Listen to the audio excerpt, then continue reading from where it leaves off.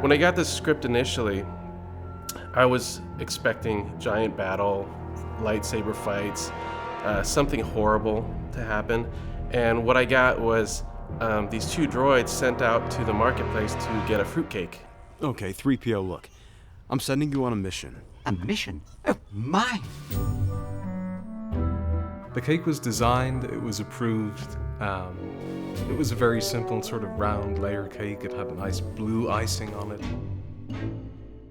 It worked fine. I mean, it looked like a cake. I just see this prop of this cake and I'm like, guys, that's not good enough. For a while in production, that cake and that Yogan fruit jar and the Yogan fruit were what this episode was all about. It is true, I did make the production stop. I did make them remodel that cake. And I did demand a higher quality cake for Padme's banquet. Maybe that seems nuts to the viewers too, but what it should tell you is that there is no detail too small that we will not try to make it better. At the end of the day, we're swapping something that looked like a cake for something else that looks like a cake. 3PO, is there a problem? I'm sorry, my lady, but it appears the dessert is missing its Jogan fruit. Come along, Artu.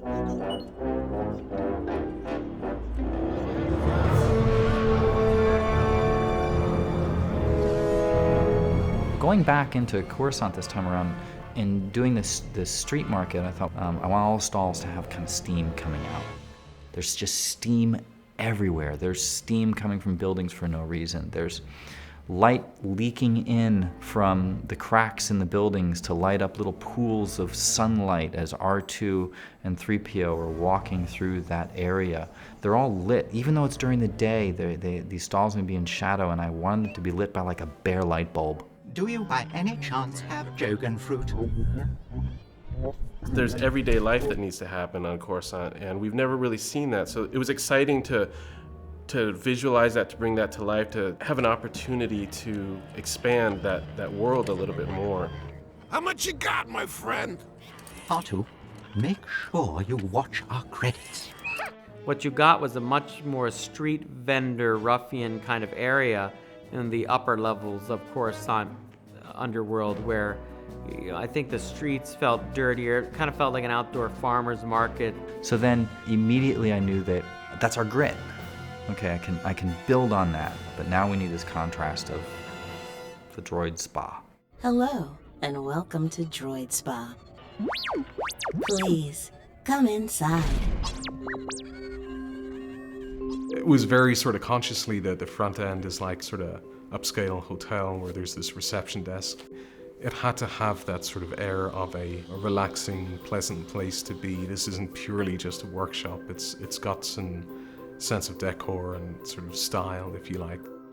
And so I came up with a list of funny things that could happen to the droids. So here we have the conveyor belt, and then they get the pre-cleaning, and then they get dropped into the oil.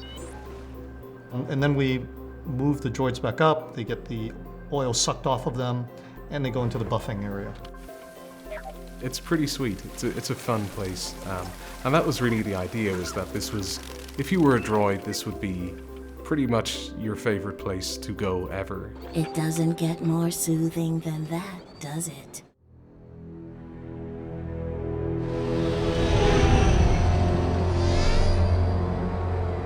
I wanted to intercut the droid spa scene with 3PO being tortured, because I thought it was funny how R2 was having this great experience and being pampered, and 3PO is just the opposite.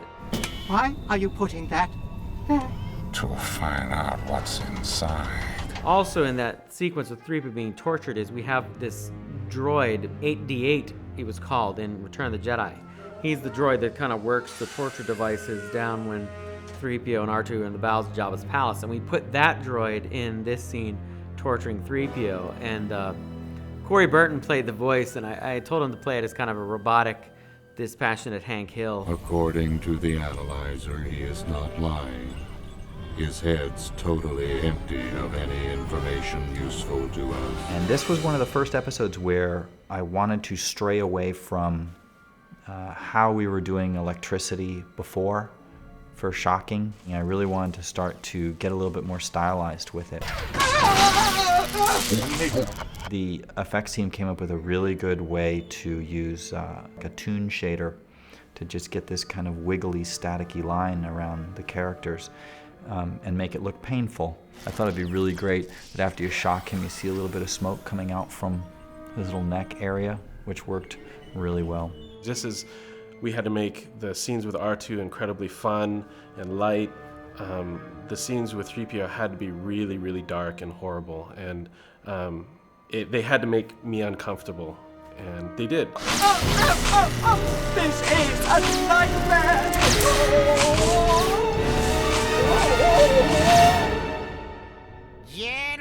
Gentlemen, I see no need for resentment in light of this joyous occasion of my freedom. In this episode, we have this Hutt crime syndicate family that we've never really seen, we've sort of hinted at before, and we get to see them for the first time and give a face to a darker side of Star Wars, this Underworld. The idea that there's an underworld, that there are crime lords controlling vast amounts of wealth and power in the Star Wars galaxy is nothing new. You know, this idea really originates with Jabba, the idea that Han is working for someone in A New Hope. It gets expanded upon to see that he even has a palace in Return of the Jedi, and that he really is like a mafia boss. You know, he's a godfather. Another one of the things that I wanted in this world was I wanted to show the audience that Hutts can look different. It was a challenge to sort of come up with Hutts that still looked like Hutts but didn't just look like Jabba. It was important that Jabba still stand out and be very distinct from everyone else. So this was an opportunity to just come up with Hutts that were still credibly Hutts, and they were the same species, but they had slightly different sort of facial features and slightly different builds. Their heads are quite different in terms of the shapes that they are. Gardula appears in Phantom Menace. So Gardula is actually visible behind Jabba during the pod race sequence. We sort of took kind of the same approach that it looks like ILM took for Gardula in the first place, which was if you just take Jabba, slice his head in half, and then paste the other half to itself, it will look like a Hutt, but it won't look like Jabba because Jabba's face does sort of slide to one side. Something that Wayne had come up with for the other Hutts that came in really handy was the toops. The toops are those sort of small, dark blue, starfish-like creatures that are sort of just living on the top of some of the Hutts' heads.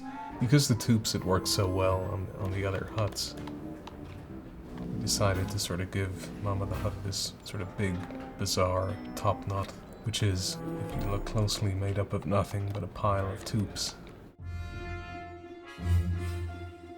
Mama!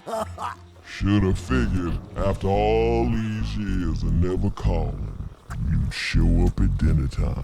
We applied the same process to her voice. Believe it or not, it's a woman that actually performs this. It doesn't sound like it after the process.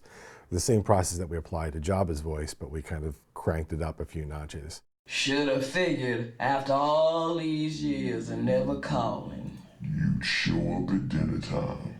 She's got this giant booming voice, and it sounds kind of threatening, but it also sounds, it's also kind of funny. At least it's funny to me anyway. This is probably one of my favorite characters in season 3 is Mama the Hutt. You won't sit in your stank.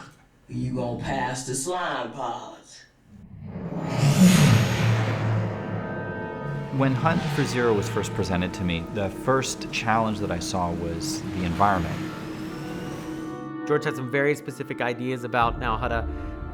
He gave us some really rough sketches that it was to be this very swampy, these big pustule orbs kind of sticking up where they would build their palaces. When we went into the design of Nal Hutta, we wanted to basically build modules that repeat themselves on the ground. So that enabled us to build a network. And here you're just looking at a small section of Nal Hutta. So you can quickly see that no matter where we are down here, it doesn't matter, you're not seeing the repeating patterns.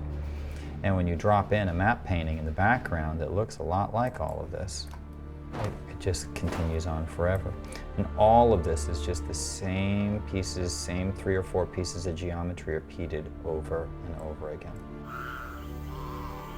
This was also the first episode where I started to open the throttle a little bit on lighting and get it a little bit more dramatic. Like something that would be a little bit over the top. And I thought, well, you know what? I want a disco ball in that room. I want to see lights constantly going around that room the entire time on the huts.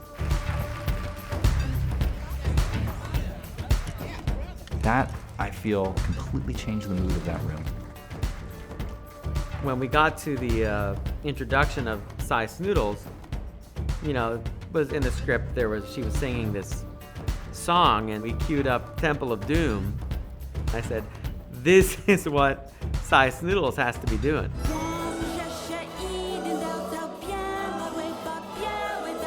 I want women and the feathers, choreography moving, and they do this ridiculous number, and then up pops Cy Snoodles.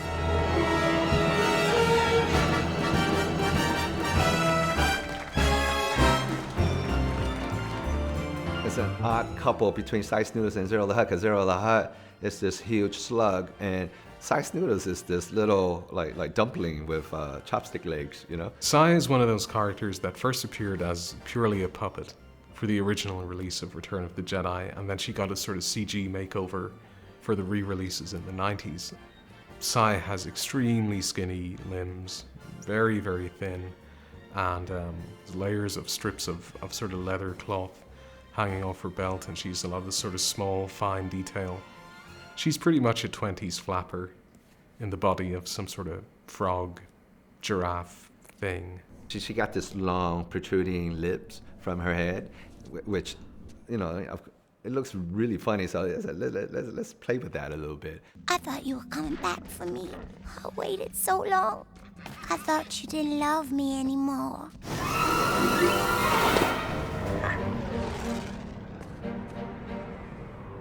Hey, Commander, looking good? Kenobi, you look worse for wear. How's temple life? It was always among the things the fans would ask me is, Dave, when are we going to see Quinlan Vos? For people not in the know, Quinlan Vos was a rather large figure when it came to the comic books of Star Wars and the EU. George likes the character too. You know, he wanted to bring it to the Clone Wars and thought, well, this would be a good episode, hunting the Hutts. You know, it makes sense to bring Quinlan into it. He's always working with the Underworld in the comic books. So we had decisions about the voice, and, you know, of course, we wanted to keep him a gruff, kind of tough guy, older feeling than Anakin, but kind of with less mannerisms. Because he's been around for so long, there's different interpretations and even different iterations of the character. The first time he appeared, he was wearing a fairly traditional Jedi outfit, very similar to Qui-Gon or Obi-Wan's. And then he went through a sort of dark, you know, angsty, tortured period where he's wearing lots of black leather and eyeliner and stuff. And that seemed a little too far in the other direction. So we sort of looked at the different options there were for a look for Quinlan Vos and tried to settle on one that was pretty iconic and still was credibly a Jedi outfit, but didn't look like Obi-Wan's at all. It was a very different palette. There was a lot more sort of tooled leather and decals and stuff.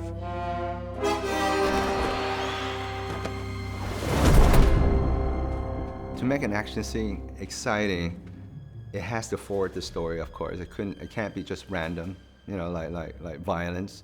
What inspired me to do some of the action is I truly believe Star Wars gives you the opportunity to have super heroic action and kung fu action. I think they embody the two genres for me. I always trying to pose the characters to their unique talents. Like for Jedis, they're super athletic. You gotta think of them as like martial artists. So I inject those way of thinking of a martial artist into the action of our characters in the Clone Wars.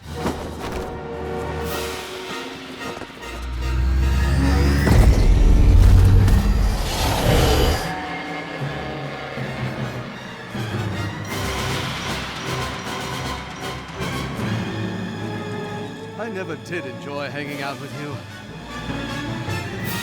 when we went to do these 2 episodes, Evil Plans and Hunt for Zero, I told Brian and Stu, I said, these are going to be some of the weirdest things we ever do.